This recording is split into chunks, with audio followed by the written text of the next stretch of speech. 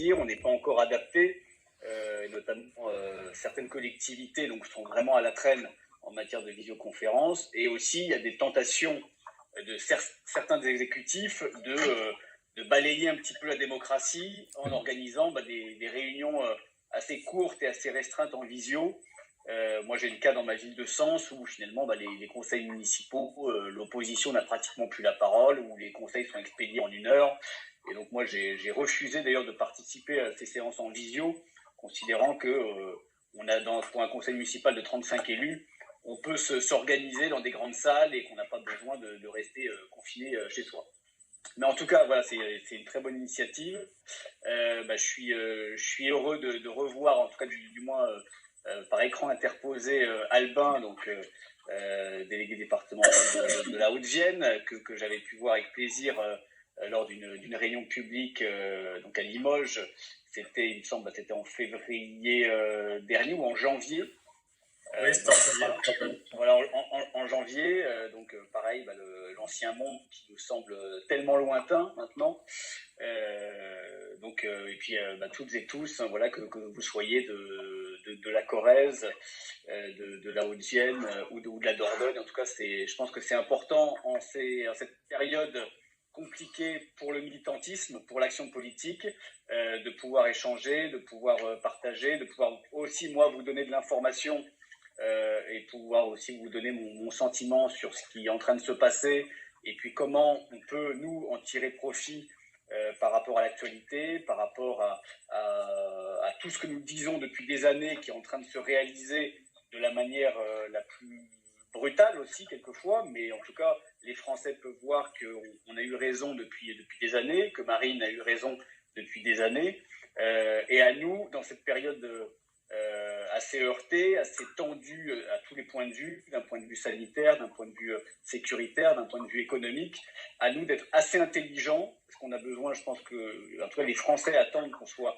intelligents et sérieux pour pouvoir leur dire qu'on incarne véritablement l'alternative et qu'on a les solutions. Voilà, qu'on n'est pas là pour jeter de l'huile sur le feu, qu'on n'est pas là pour surfer, comme ils le disent régulièrement, et qu'on se complaît dans les problèmes, les difficultés, et qu'on adore voir les Français se jeter les uns contre les autres, qu'on adore qu'il y ait des attentats, qu'on adore qu'il y ait du chômage, qu'on adore qu'il y ait de la pauvreté, mais qu'au contraire, nous, on a alerté, on a prévenu, on a fait part de notre modèle, à la fois sécuritaire, social, national, et qu'aujourd'hui, on est les seuls à pouvoir le mettre en place, quels que soient les discours des uns et des autres qui, il faut bien le dire, essayent de venir sur nos plates-bandes, parlent comme nous, parce que peut-être que c'est l'enseignement de ces dernières semaines, ces derniers mois, c'est qu'aujourd'hui, toute la classe politique parle comme le Rassemblement national, en tout cas fait le même constat que nous. Et ça, c'est très important, c'est que on a gagné même toutes les batailles des idées, que ce soit sur l'islam politique, où maintenant tout le monde, voilà, et sans exception, même le plus gauchiste des gauchistes, maintenant est obligé de reconnaître qu'il y a un problème avec l'islam politique et qu'il y a un problème d'islamisme dans notre pays. Donc ça, c'était déjà une première victoire, parce qu'ils ont repris notre vocabulaire, ils ont repris notre constat. Alors maintenant, évidemment que tous n'ont pas les mêmes solutions. Et là, dans nos adversaires, on a deux catégories. On a nos petits amis de droite qui parlent comme nous, mais qui feront évidemment jamais comme nous, parce qu'ils ont la lâcheté ancrée en eux, parce qu'ils sont totalement gangrénés par un logiciel idéologique de la gauche, du vivre ensemble, du multiculturalisme. Donc eux n'appliqueront jamais, quoi qu'il arrive, notre programme et les solutions qu'on préconise, même si ils les avancent et quelquefois même ils essayent de parler comme nous, ou même quelquefois d'être plus durs que nous. Plus durs que nous. Moi, j'ai un exemple dans la région qui est le porte-parole des Républicains au niveau national, qui s'appelle Gilles Plattret, je ne sais pas si vous connaissez, qui est le maire de Chalon-sur-Saône, qui, dans son discours sur l'islam politique, sur l'islamisme, s'en prend même aux lecteurs du Coran. Voilà, donc il est dans un discours beaucoup plus radical que le nôtre, et pourtant, je ne sais pas si vous l'avez vu dernièrement, j'ai dénoncé toute l'hypocrisie de ce funeste personnage, puisque cette personne qui veut évidemment défendre la laïcité, qui veut combattre l'islamisme qui veut sanctuariser l'identité française, va boire des coups avec les responsables turcs de sa ville pour l'inauguration de salles de prière. Voilà. Donc ça, c'est toute la réalité de cette droite que nous dénonçons évidemment depuis des années, qui est dans la complaisance totale, mais qui essaye toujours de tromper nos électeurs. Donc ça, c'est un premier point. Et puis, vous avez une autre catégorie d'adversaires politiques sur ce thème-là, qui fait le même constat que nous, objectivement, voilà, c'est-à-dire que la laïcité n'est plus respectée dans notre pays, que le communautarisme est un poison, qu'on assiste, au-delà évidemment des attentats terroristes, à une avancée majeure de thèses qui sont profondément dangereuses, que ce soit à l'école, que ce soit dans les services publics, que ce soit évidemment dans toutes les sphères de la société, dans le sport, etc., dans la culture, dans les médias, mais qui considèrent qu'il y a encore d'autres solutions que les nôtres. Voilà. C'est-à-dire qu'ils considèrent que tout ce qui a été fait ou tout ce qui n'a pas été fait depuis des années peut encore marcher. Donc pour endiguer donc le péril, évidemment, bon, c'est reculer pour mieux sauter ou mieux se soumettre, mais ça n'aura malheureusement aucun poids. Donc tout ça pour dire qu'on a gagné cette bataille des idées, on l'a gagné aussi sur une thématique qui aujourd'hui dans le quotidien des Français est l'une de leurs premières priorités, au-delà du danger islamiste et du danger que représentent les attentats qui endeuillent notre pays, il y a le terrorisme du quotidien, il y a cette insécurité, il y a cet ensauvagement qui fait partie de nos vies maintenant, qui est devenu malheureusement une sorte de banalité. On le voit tous les jours et grâce aux réseaux sociaux, maintenant, on ne peut plus se taire. C'est-à-dire que tous les Français voient ce qui se passe, que c'est la guerre dans bon nombre de quartiers tous les soirs où les policiers donc, se font tirer dessus au mortier d'artifice, où ils sont caillassés, qu'il y a des bandes armées. Excusez-moi, j'ai pas entendu, c'était le commentaire. Ils ont cramé les voitures à Cahors, de police, à Cahors. Oui, d'accord. Oui, de toute façon, partout, je veux dire, il suffit soit de faire un tour sur les réseaux sociaux, soit de lire la presse quotidienne régionale pour constater que c'est aujourd'hui la guerre, la sécession dans un bon nombre de quartiers, tous les soirs et tous les jours en France. Voilà. C'est-à-dire qu'avant, c'était cantonné à certaines banlieues donc en Ile-de-France, à certains quartiers bien identifiés. On avait l'impression que c'était exotique. Alors on parlait de ça, la Courneuve, Bobigny, Sevran, etc. Sauf que maintenant, c'est dans la ruralité. Maintenant, c'est dans les départements comme les vôtres, comme le mien. Maintenant, c'est même dans ces territoires où on ne pouvait pas présupposer qu'il y ait une telle violence, une telle insécurité. Voilà. Donc ça, sur ce sujet-là, aussi, les Français, on les a alertés. On a alerté, évidemment, et on a fait le lien immédiat, qui est une évidence que certains encore se refusent à voir entre immigration et insécurité, voilà, qui est évidemment la source de ce qui se passe aujourd'hui. Donc ça, c'est une nouvelle victoire idéologique. Et puis, il y a des récentes victoires idéologiques que les Français vont peut-être mûrir ces prochains mois. On l'a vu avec la crise sanitaire. On l'a vu avec la crise sanitaire puisque dès le début de l'année 2020, notre présidente a alerté la première sur ce qui allait se passer et sur les difficultés, sur les faiblesses de notre organisation et notamment de notre organisation sanitaire. Rappelez-vous, elle a alerté sur le manque de masques, elle a alerté sur l'ouverture des frontières qui constitue évidemment un danger pour la propagation de l'épidémie. Elle a alerté sur les carences en termes de tests.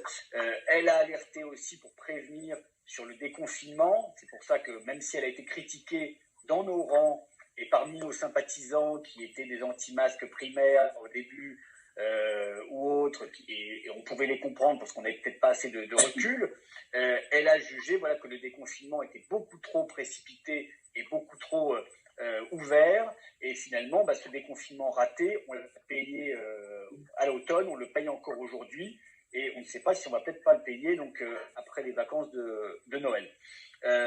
Donc de sa part, il y a eu énormément de clairvoyance, il y a eu beaucoup de sérieux, de responsabilité, et ça, je pense que les Français ont pu voir que même sur ces sujets-là, où a priori on n'est pas censé être des spécialistes, où évidemment on avait beaucoup moins d'éléments que le gouvernement, on n'a jamais été en responsabilité, donc on n'est pas dans les arcanes du pouvoir, qu'on a une responsable politique qui a été extrêmement, je dirais, à la hauteur en fait, et qui a préconisé des solutions qui ont été donc plébiscitées ailleurs.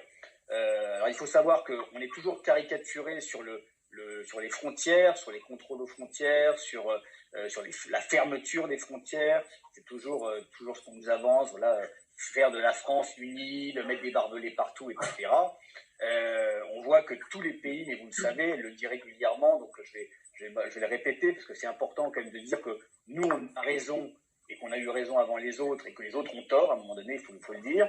Les pays qui ont réussi à endiguer l'épidémie sont d'abord les pays qui ont contrôlé leurs frontières. Voilà. Ça, c'est une évidence. Et avant de confiner, avant d'imposer des masques, avant d'imposer des fermetures administratives, évidemment, si la fermeture des frontières, c'est la première porte et c'est la première barrière, la première mesure barrière de bon sens donc, qui a été mise en œuvre dans un certain nombre de pays, l'Australie notamment, l'Australie pourtant qui est un pays extrêmement libéral. Enfin, nous, à côté de l'Australie, on est un pays communiste.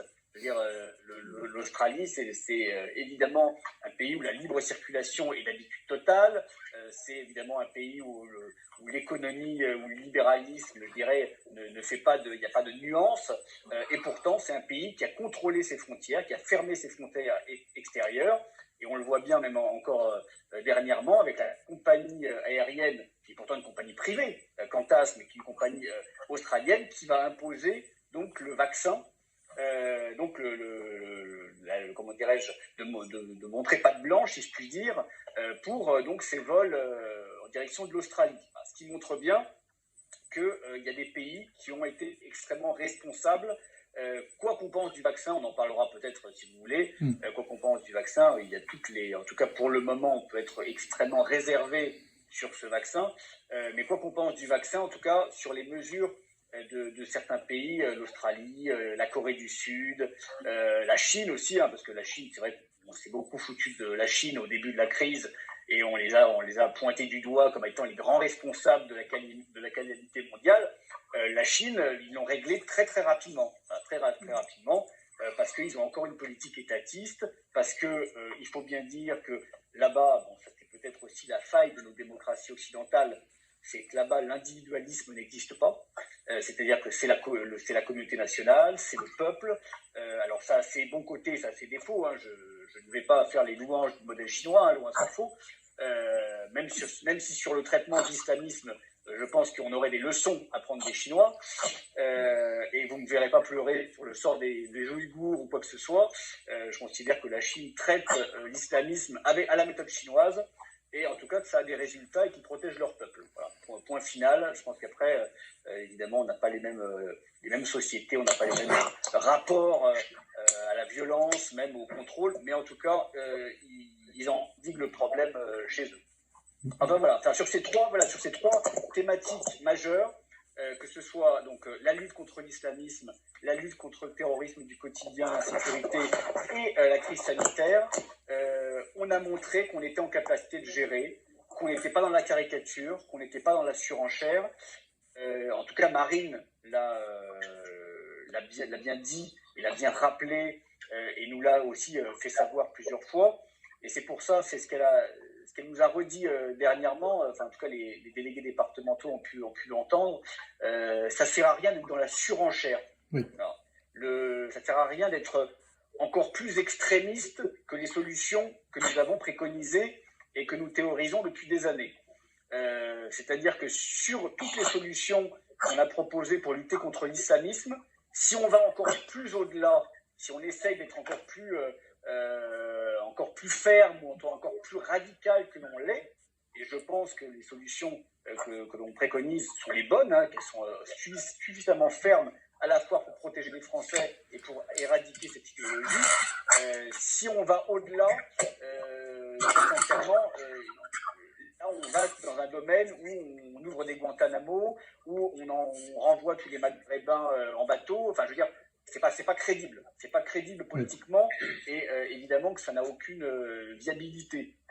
Donc ça sert à rien, même nous sur le terrain, nous dans les réunions qu'on va avoir prochainement et dans la campagne qui va s'annoncer, qu'on soit dans cette surenchère là et qu'on essaye de finalement d'être directement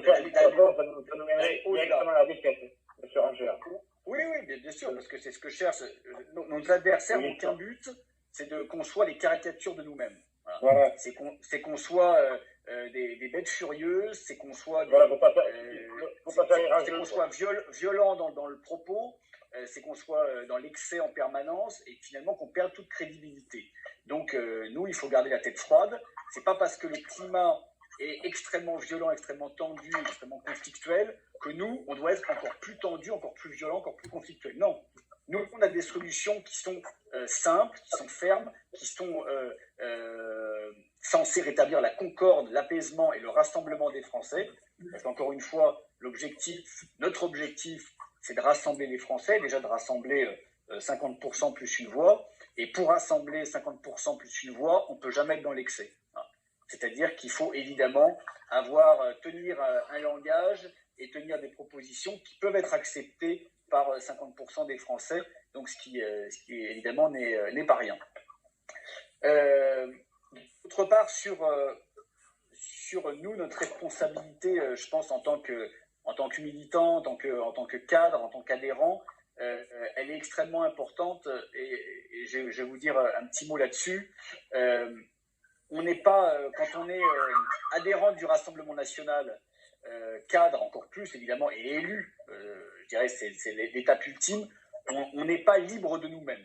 Alors je m'explique, c'est qu'on on défend évidemment un parti politique, on défend un programme, on défend une candidate qu'on représente par nos actions, par nos modes d'expression, par nos publications sur les réseaux sociaux, et donc quelque part, on doit se mettre au niveau de cette candidate, de ses ambitions et de la volonté, en tout cas, de l'aspiration des Français.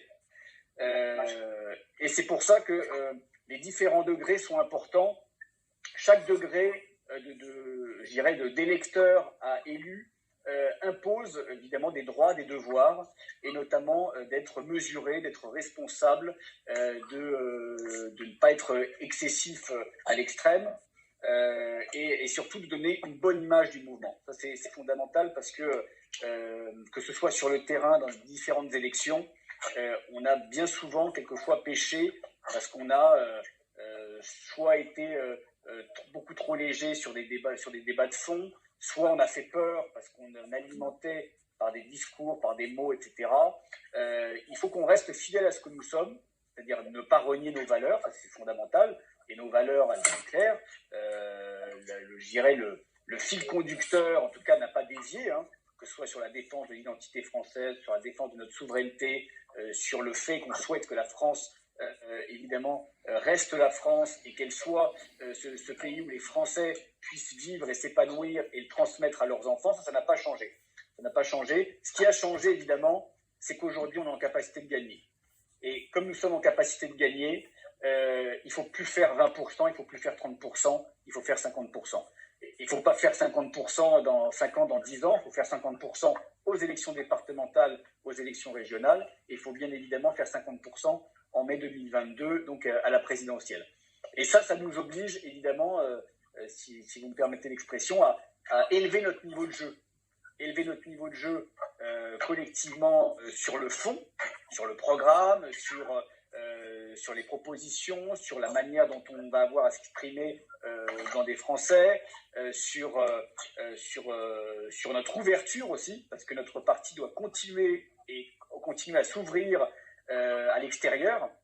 Vous le voyez là dernièrement avec un certain nombre de membres de Debout la France qui nous rejoignent. C'est une bonne chose, parce que ça participe de ce grand rassemblement qui a été inauguré donc par Marine Le Pen. Si on s'appelle Rassemblement National, c'est pas pour rien, c'est qu'on a vocation à rassembler le maximum de gens au-delà du seul cercle Front National historique, si je puis dire. Donc notre capacité à nous ouvrir à tout type de profil. Alors alors évidemment, toujours avec en étant vigilant sur les profils, hein, sur les opportunistes, sur les faux semblants, sur tous ceux qui maquillent juste pour avoir une place ou un mandat.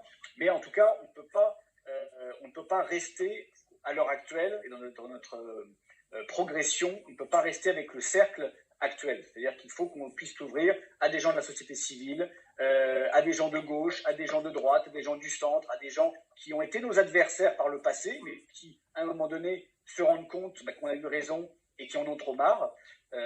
Moi, j'ai quantité d'exemples dans ma région d'anciens RPR, d'anciens UMP, d'anciens socialistes, même un socialiste là, d'Auxerre dernièrement qui m'a appelé en me disant je ne supporte plus ce qui se passe, je vois qu'il y a un véritable problème avec l'islam dans notre pays, ça fait des mois et des mois que je rumine avec le confinement, etc. Là, je prends ma carte, j'en ai assez. Et là, donc, il y a pour un certain nombre de Français, c'est un déclic, et nous, on doit être en capacité de leur ouvrir les bras, de les faire venir à nous pour avoir cet effet boule de neige et de capitaliser donc, sur des domaines ou des profils qui nous étaient totalement étrangers. Totalement étrangers, c'est-à-dire évidemment le monde de l'entreprise, évidemment le monde de la culture, évidemment le monde de l'enseignement, même si ça progresse et qu'on a de plus en plus d'enseignants, notamment d'instituteurs qui viennent chez nous. Mais tout ça doit nous obliger à être sérieux, à être responsable et à donner une bonne image de nous-mêmes. Voilà. Et ça passe évidemment par nos expressions, par les réseaux sociaux, par notre capacité à être tout simplement attractif, à être entre guillemets sexy, donc vis-à-vis de l'extérieur, parce que c'est une nécessité, et notamment dans la perspective des départementales, des régionales. Je pense qu'on aura tous, et c'est la volonté du mouvement, on aura tous des listes de rassemblement, on aura tous des candidats venus d'ailleurs, et on n'aura pas que des candidats, je dirais, historiquement du RN ou du FN.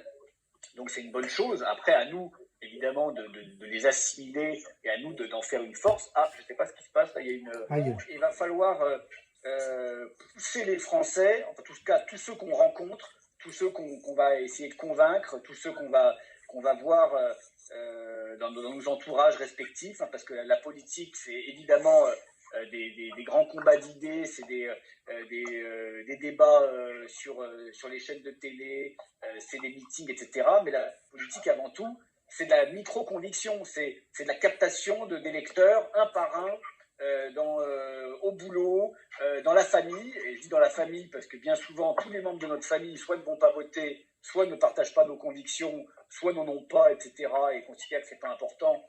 Donc, à chaque scrutin, c'est des voix perdues. Dans le sport, dans les associations, etc. Nous, notre rôle, c'est d'avoir autour de nous un cortège d'électeurs sûrs, d'en convaincre davantage, et le jour de l'élection, on arrive avec cette armée renforcée pour pouvoir nous donner la victoire. Et ça, c'est un travail au quotidien.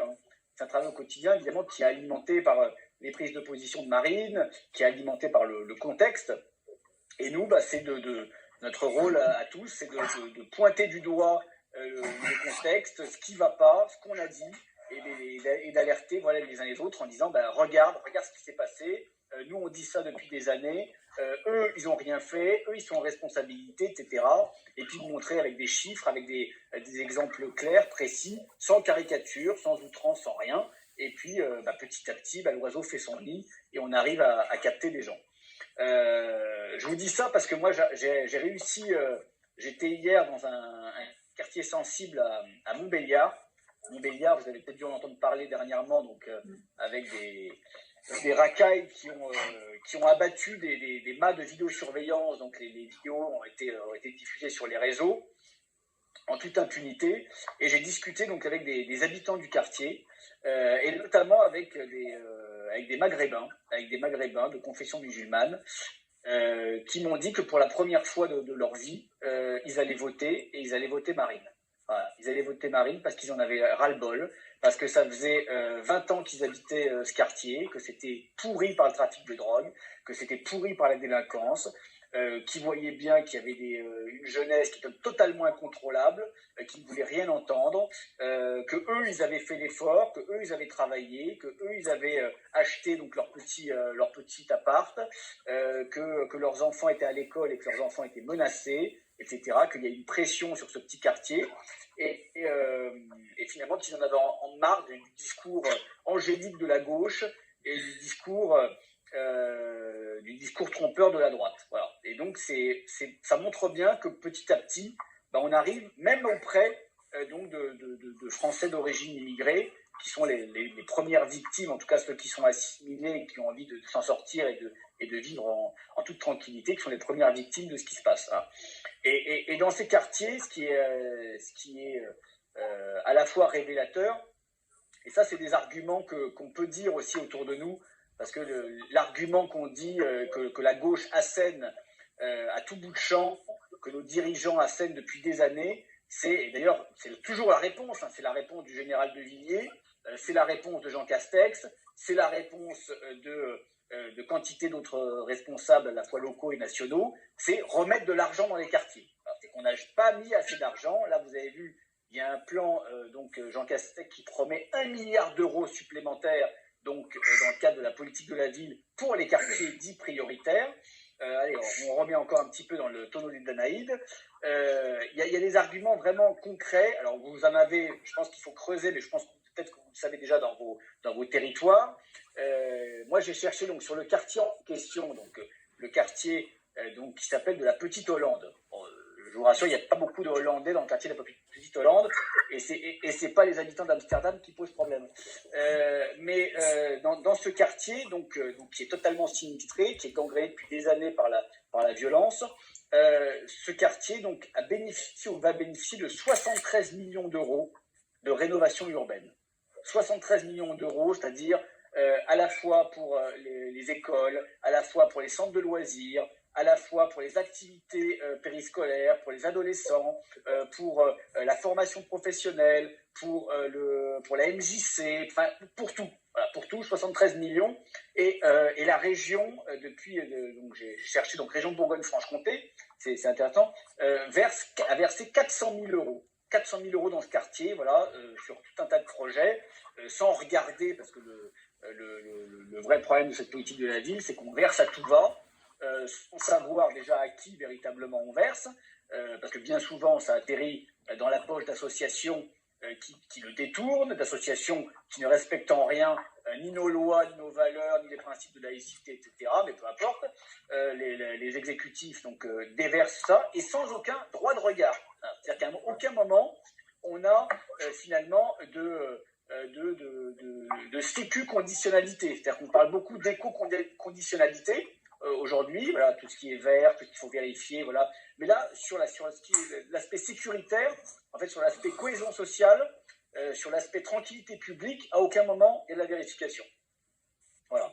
Donc ça, à un moment donné, c'est ce qui parle aussi aux gens. C'est de dire, mais attends, on ne comprend pas, on nous verse des subventions depuis des années, on a des moyens colossaux qui sont, je dirais, incomparables avec ce qui est consacré notamment à la ruralité, parce que la ruralité, en comparaison, n'a rien. Voilà, c'est-à-dire que eux, malheureusement... on n'a rien, ça se confirme, on n'a rien. Voilà, je pense que voilà, il y a le département de la Corrèze, donc en comparaison, donc voilà, c'est quelques clopinettes et des centimes,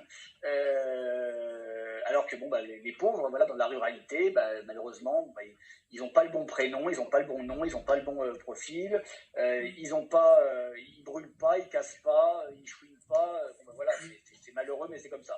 Donc, et puis ils n'ont pas toute la clientèle associative, vivre ensemble, SOS Racisme et compagnie. Donc forcément, donc ça, il n'y a pas d'avocat à Paris pour demander des millions.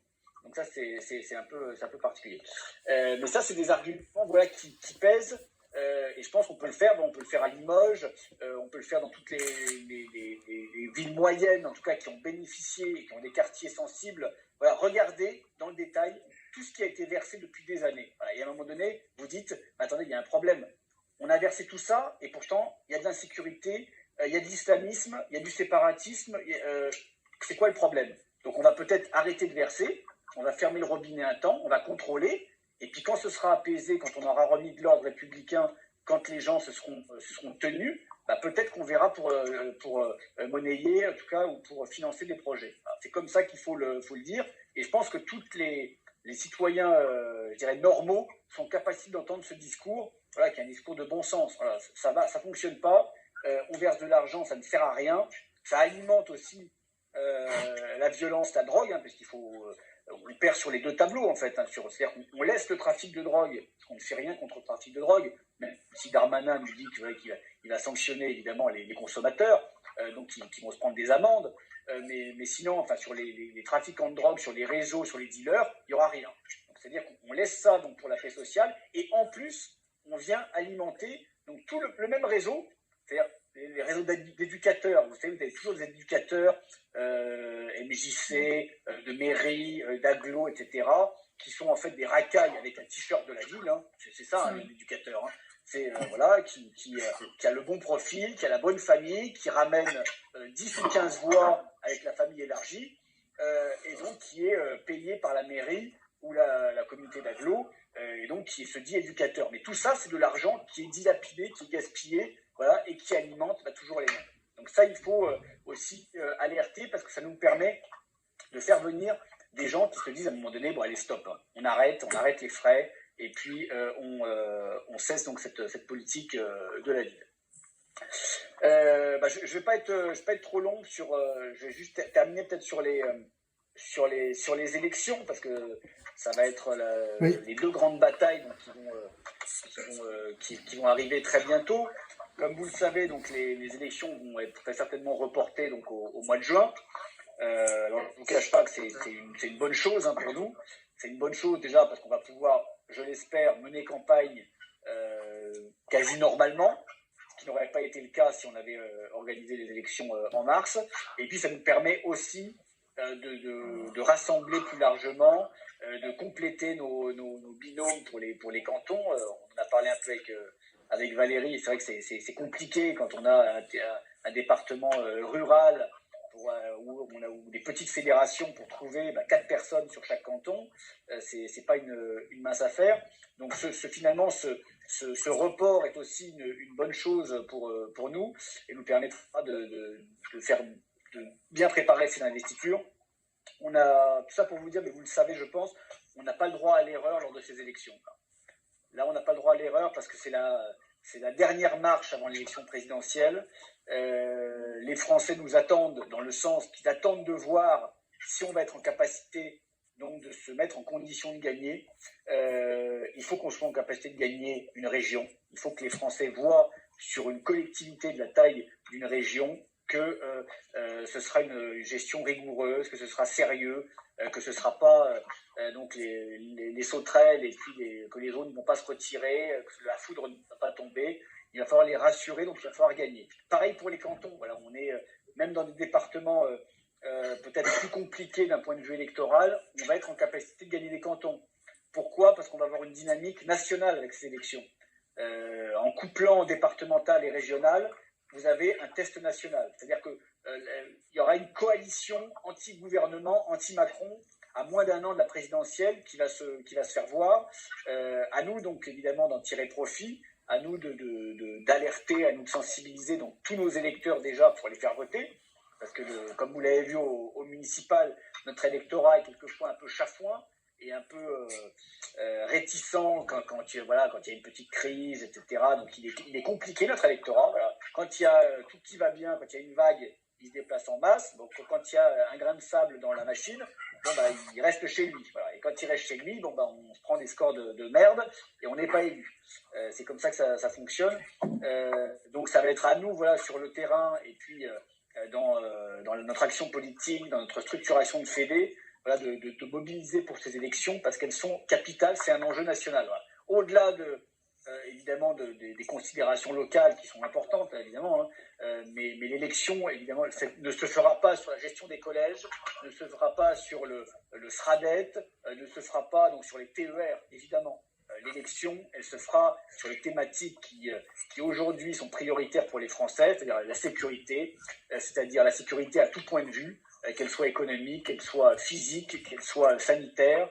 Elle se fera évidemment sur la lutte contre l'islam politique et notamment toutes les collectivités avec une intransigeance totale vis-à-vis donc de l'islam politique. Et vous avez pu voir dernièrement qu'on a pu dénoncer tous les collabos de l'islamisme dans les collectivités, donc qui font semblant, mais finalement qui sont extrêmement, qui font ami-ami donc avec l'islam politique, ou qui tiennent le même discours qu'eux. Donc ça, c'est sur cette thématique évidemment que ça va se jouer. Et c'est à nous de réveiller les Français, de réveiller nos électeurs, parce que si malheureusement on échoue lors de ces élections, évidemment que Marine ira à la présidentielle avec un boulet au pied. Évidemment qu'à moins d'un an de la présidentielle, il faut qu'on soit sur une dynamique. Il faut que le soir donc, des élections, je ne sais pas, ce sera le dernier week-end, dernier dimanche de juin, qu'on ait des victoires à annoncer, qu'on ait des cantons qui sont tombés, qu'on ait si possible une région. Et j'espère voilà, que notamment en Nouvelle-Aquitaine, j'ai vu le dernier sondage concernant qui est extrêmement positif, et qui montre bien qu'on est vraiment en ascension, même dans des régions où on n'est pas forcément favori. Même en Bretagne, le RN sort en tête d'un sondage pour les régionales, c'est inouï et c'est historique. La Bretagne qui est peut-être la région la plus hostile au vote RN. Donc tout ça montre bien voilà, qu'il y a cette fenêtre de tir, qu'il ne faut pas la manquer. Et s'il ne faut pas la manquer, c'est que nous, tous, individuellement et collectivement, il faut qu'on soit sérieux, il faut qu'on soit rigoureux dans notre action. Et voilà, il faut dire qu'on a tous un rôle à jouer. Voilà. On a tous un rôle à jouer parce qu'on est tous des ambassadeurs de Marine, quel que soit notre poste, quel que soit notre niveau d'implication, on représente le RN. Et c'est dans ce cadre-là voilà, qu'il faut évidemment avancer pour gagner avec tout le sérieux nécessaire. Voilà, je ne vais pas être plus long. Le mieux, c'est quoi, comme l'a dit Valérie, qu'on profite d'un moment d'échange, que je puisse répondre à vos questions si vous avez des interrogations sur l'actualité, sur le mouvement ou autre. J'y répondrai évidemment sans langue de bois.